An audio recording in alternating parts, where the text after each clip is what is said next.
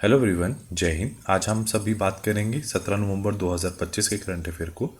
तो चलिए स्टार्ट करते हैं आज का फर्स्ट क्वेश्चन में ये पूछा गया है कि WHO ने एक रिपोर्ट जारी की है। उस रिपोर्ट में उन्होंने ये बताया है कि जो टीबी एक डिजीज़ है, ये डिजीज़ किस चीज़ की है? ये एक लंग्स की डिजीज़ है जो किससे फैलती है? एक बैक्टीरिया से फैलती है जिसका नाम क्या है? जिसका नाम है माइकोबैक्टीरियम ट्यूबरक्लोसिस नाम के बैक्टीरिया है जिससे ये बीमारी फैलती है। तो उन्होंने ये इस रिपोर्ट के अनुसार जो सबसे ज़्यादा जो टीबी के मामले हैं वो सबसे ज़्यादा जो गिरावट आई है टीबी के मामलों में वो कहाँ आई है? तो उसका जो राइट आंसर है वो भारत में सबसे ज़्यादा गिरावट आई है। हाल में ही हुआ क्या है? तो जो WHO है, विश्व स्वास्थ्य संगठन ने वर्ल्ड टीबी रिपोर्ट 2025 में ये बताया है कि जो टीबी है, ट्यूबरक्लोसिस जो है, उसके मामलों में सबसे ज़्यादा गिरावट भारत में आई है। वो भी 2015 में 237 जो टीबी के मामले प्रति लाख जनसंख्या पर थे। 2024 में वो घटकर 187 मतलब 187 प्रति लाख जनसंख्या पर रह गए हैं, यानी 21% की गिरावट आई है, जो कि विश्व में सबसे अधिक है। और अगर हम वैश्विक औसत गिरावट की बात करें तो वो 12% आई है। तो और अगर हम मृत्यु दर की बात करें तो टीबी में मृत्यु के मामलों में 2024 में 21 प्रति लाख से घटकर 2025 में 28 प्रति लाख जो है वो आंकड़े दिखाई गए हैं। आपको ये भी याद रखना है जो टीबी है वो कौन से जीवाणु से फैलती है, जिसका नाम है माइकोबैक्टीरियम ट्यूबरक्लोसिस। कौन से अंग को ये ज़्यादातर अफेक्ट करती है? तो ये फेफड़े हैं। और कौन सी वैक्सीन दी जाती है इसको क्योर करने के लिए? तो उसको दी जाती है BCG, बैसिलस क्लैमेट ग्यूरिन नाम की। और अगर हम वर्ल्ड टीबी डे की बात करें तो ये 24 मार्च को हर साल मनाया जाता है। उसके बाद अगला क्वेश्चन ये पूछा गया है कि हाल में ही पहली पूर्ण महिला ड्रोन संचालन इकाई है जिसका नाम क्या है? दुर्गा ड्रोन जो स्क्वाड्रन है उसका शुरू किसने किया है? तो उसका जो राइट आंसर है BSF ने। BSF का मतलब क्या है? बॉर्डर सिक्योरिटी फोर्स द्वारा ये गठन किया गया है। अब BSF है क्या? इसकी स्थापना 1 दिसंबर 1965 में हुई है। जो किसके अंदर आता है? गृह मंत्रालय के अंदर आता है। क्या करता है? ये जो सीमाएं हैं पाकिस्तान और बांग्लादेश की सीमाओं पर तैनात है। मोटो क्या है? जीवन पर्याप्त कर्तव्य, ड्यूटी अनटू डेथ। और महानिदेशक कौन है? दिलजीत सिंह चौधरी इसके महानिदेशक हैं। उसके साथ साथ आप ये भी याद रखोगे कि जो BSF की जो पहली लाइन ऑफ डिफेंस भी बोला जाता है, विश्व की सबसे बड़ी सीमा सुरक्षा बल मानी जाती है। BSF ने राजस्थान और भारत पाक सीमा पर ऑपरेशन सर्द हवा, ऑपरेशन गर्म हवा जैसे अभियानों की शुरुआत की है। हाल में ही BSF ने पूर्ण जो महिला ड्रोन इकाई जो है दुर्गा ड्रोन स्क्वाड्रन की शुरुआत भी की है। उसके बाद अगला क्वेश्चन ये पूछा गया है कि हाल में ही भारत में जो पहला राष्ट्रीय जनजाति फिल्म जो महोत्सव है वो कहाँ पर मनाया गया है? तो उसका जो राइट आंसर है वो मणिपुर के अंदर उन्होंने बनाया है। हुआ क्या है? अभी पहली बार जो आयोजन कब हुआ है? 12 से 15 नवंबर हुआ है। कहाँ पर हुआ है? मणिपुर में हुआ है। यह महोत्सव जनजातीय गौरव वर्ष समारोह का हिस्सा है जो भगवान बिरसा मुंडा की 150वीं जयंती के उपलक्ष्य में मनाया जा रहा है। इसका उद्देश्य क्या है? भारत के विभिन्न आदिवासी जो समुदाय की संस्कृति, विरासत, परंपराओं और रचनात्मक अभिव्यक्तियों को बढ़ावा देना। इसमें 23 आदिवासी फिल्में प्रदर्शित की गई हैं। उसके बाद अगला क्वेश्चन ये पूछा गया है कि दुनिया के सबसे ऊंचे एयरबेस में से एक न्योमा जो एयरबेस का उद्घाटन किस राज्य या फिर केंद्र शासित प्रदेश में किया गया है? तो उसका जो राइट आंसर है वो लद्दाख में हाल में ही किया गया है। और आप ये भी याद रखोगे कि ये वर्ल्ड की बात कर रहे हैं, दुनिया का सबसे ऊपर। तो भारतीय जो वायुसेना के जो प्रमुख हैं जिनका नाम क्या है? Air chief marshal Amarpreet Singh जो हैं, उन्होंने लद्दाख में न्योमा एयर बेस के उद्घाटन किया है।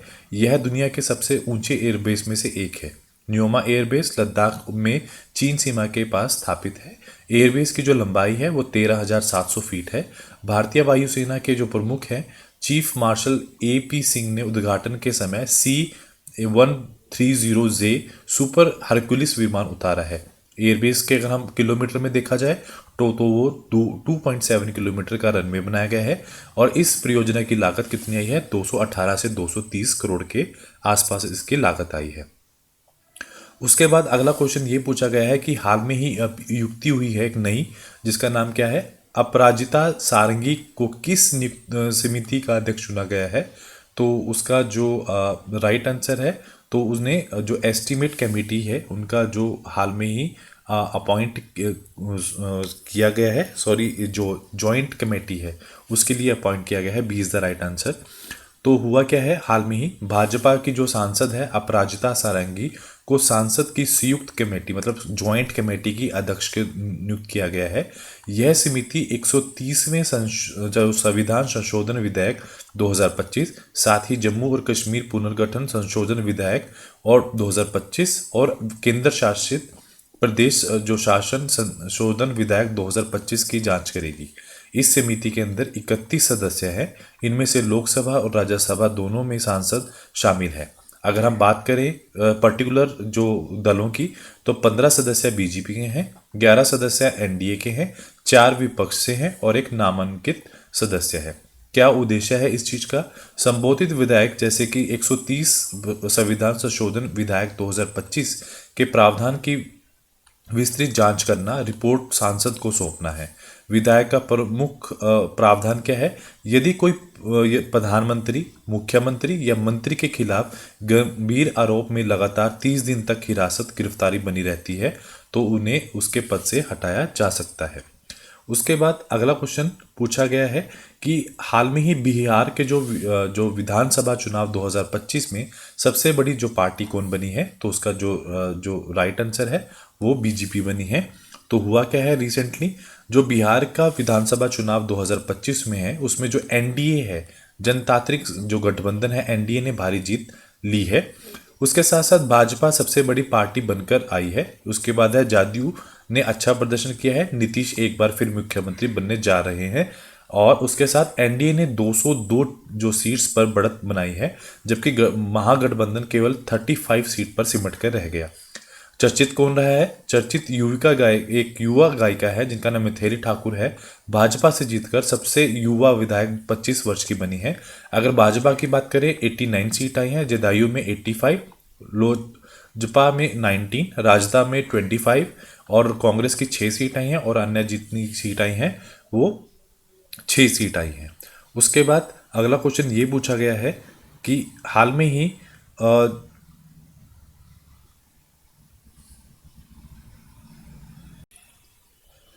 तो नेक्स्ट में पूछा गया है कि जो प्रोजेक्ट चीता के अंतर्गत बोत्सवाना में भारत ने कितने चीते सौंपे हैं, तो उनका जो राइट आंसर है 8 चीते सौंपे हैं।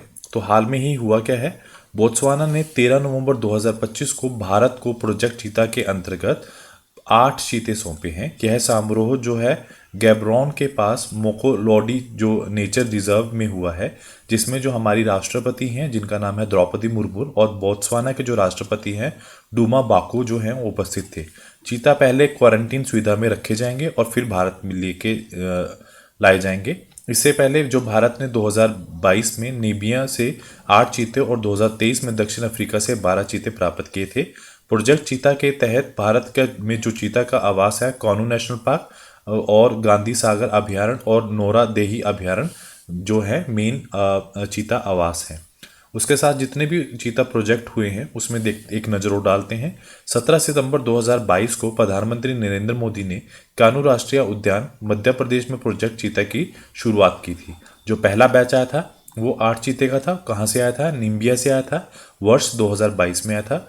दूसरा बैच में 12 चीते आए थे, दक्षिण अफ्रीका से आए थे और 2023 की बात कर रहे हैं। तीसरा बैच अब आएगा जिसमें 8 चीते बोत्सवाना से आएंगे और वो कब आएंगे, दिसंबर 2025 में वो आएंगे।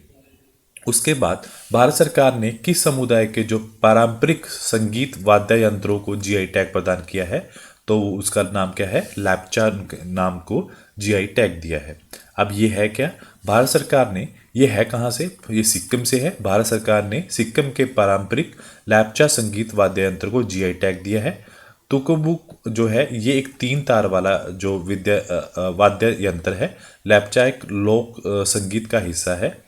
लोमुतोंग पुलीत जो है एक बांस से बनी हुई बांसुरी है जिसको संस्कृति और आध्यात्मिक महत्व है।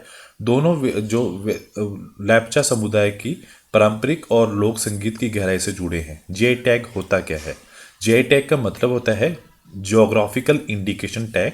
जीआई टैग किसी भी उत्पाद को दिया जाता है जब वो किसी खास भौगोलिक क्षेत्र से जुड़ा होता है। और ये भी याद रखोगे, उत्तर प्रदेश में सबसे ज़्यादा जीआई टैग वाला राज्य बना है और वाराणसी सबसे जो ज़्यादा जो जीआई टैग वाला शहर बना है हाल में ही।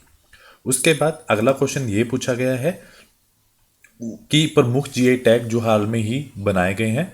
अजरक प्रिंटिंग गुजरात, सांची क्राफ्ट मथुरा, जनजातीय पोशाक रिगनाई पचारा त्रिपुरा, बांसुरी पीलीभीत, गौड पेंटिंग मध्य प्रदेश, तिरंगा बर्फी वाराणसी, मंजुली मुखौटे और पांडुलिपि पेंटिंग आसाम, आदिवासी पोशाक रीसा त्रिपुरा, सिल्वर फ्लिंग जो चांदी तरकशी है उड़ीसा, काछी खेर खजूर जो है वो गुजरात की जीआई टैग बनी है। उसके बाद अगला क्वेश्चन पूछा गया है, भारतीय हैमर थ्रोवर जो है मंजू बाला को हाल में ही प्रतिबंध लगाया गया है। वो प्रतिबंध कितने साल के लिए लगाया है? तो उनका जो राइट आंसर है वो 5 साल के लिए लगाया है। ऐसा क्यों किया है? ऐसा ये भी आप याद रखोगे कि जो भारतीय जो थ्रोवर है मंजू बाला को 5 साल के लिए प्रतिबंध कर दिया गया है। यह फैसला उनकी डोपिंग टेस्ट पॉजिटिव आने, डोपिंग टेस्ट का मतलब क्या है, उन्होंने कोई नशीला पदार्थ लिया होगा ये माना जाता है, आने के बाद राष्ट्रीय एंटी डोपिंग एजेंसी के अनुशासनक पैनल से ने ये सुनाया है। मंजू बाला 2024 में एशिया खेलों में उन्होंने कांस्य जीता है।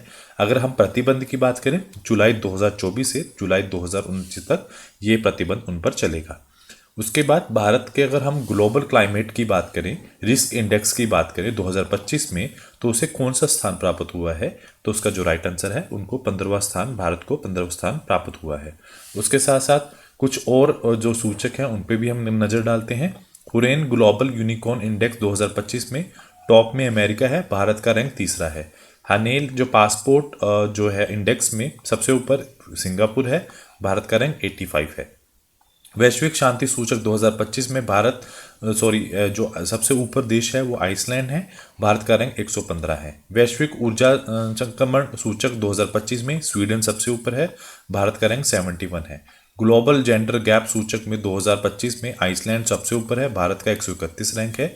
जलवायु परिवर्तन प्रदर्शन सूचक 2025 में डेनमार्क जो है सबसे ऊपर है, भारत का 10वां रैंक है। मानव विकास रिपोर्ट 2025 में आइसलैंड सबसे ऊपर है, भारत का रैंक 130 है। उसके बाद अगला क्वेश्चन, विश्व प्रेस स्वतंत्रता सूचक 2025 नॉर्वे सबसे ऊपर है, भारत का 151 नंबर है। विश्व नेटवर्क तत्परता सूचक 2025 में 36 नंबर पर है भारत। वर्ल्ड हैप्पीनेस रिपोर्ट में फिनलैंड सबसे ऊपर है, भारत का 118 रैंक है। 19वां द वेल्थ रिपोर्ट 2025 में अमेरिका सबसे ऊपर है, भारत चौथे नंबर पर है। विश्व प्रति जो रैंकिंग 2025 में स्विट्जरलैंड सबसे ऊपर है, भारत 41 रैंक पर है। आईएमडी स्मार्ट सिटी इंडेक्स 2025 में जूरिक सबसे ऊपर है, दिल्ली 104 नंबर पर है और मुंबई 108 नंबर पर है। उसके बाद अगला क्वेश्चन ये पूछा गया है कि हाल में ही संशोधित भारत नेट परियोजना की राज्यव्यापी लागू करने वाला जो भारत का पहला राज्य कौन सा बना है? तो उसका राइट आंसर है वो पंजाब बना है। तो अब इसमें होगा क्या? संशोधित भारत नेट भारत सरकार की एक महत्वाकांक्षी योजना है जिसका उद्देश्य है देश के सभी ग्राम पंचायत किफायती और हाई स्पीड वाली जो ब्रॉडबैंड कनेक्टिविटी प्रदान करना। अब पंजाब भारत का पहला राज्य बना है जिसने अपनी पूरी सीमाओं को इस योजना को लागू किया है। भारत नेट योजना कब स्टार्ट हुई है? अक्टूबर 2011 में। इसका मूल रूप क्या है? नेशनल ऑप्टिकल फाइबर नेटवर्क के नाम से ये शुरू किया गया था, फिर 2015 में संशोधित भारत नेट पर इसे कर दिया गया था।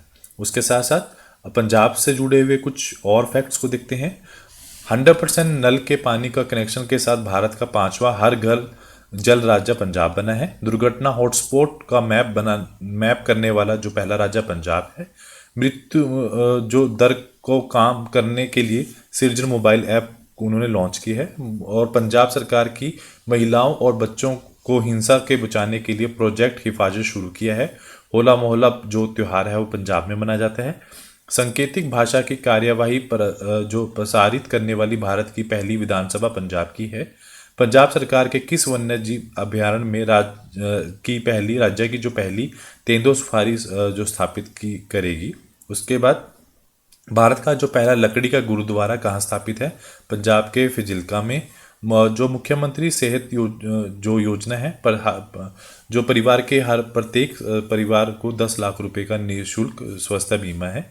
और दुनिया के सबसे बुजुर्ग मैराथन धावक पंजाब से थे, जिनका नाम पगारी वंडर नाम से प्रसिद्ध थे।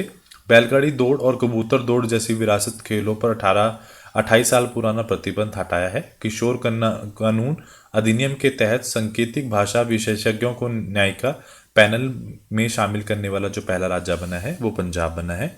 तो आज के लिए इतना ही। Do like share subscribe my channel. Thank you so much.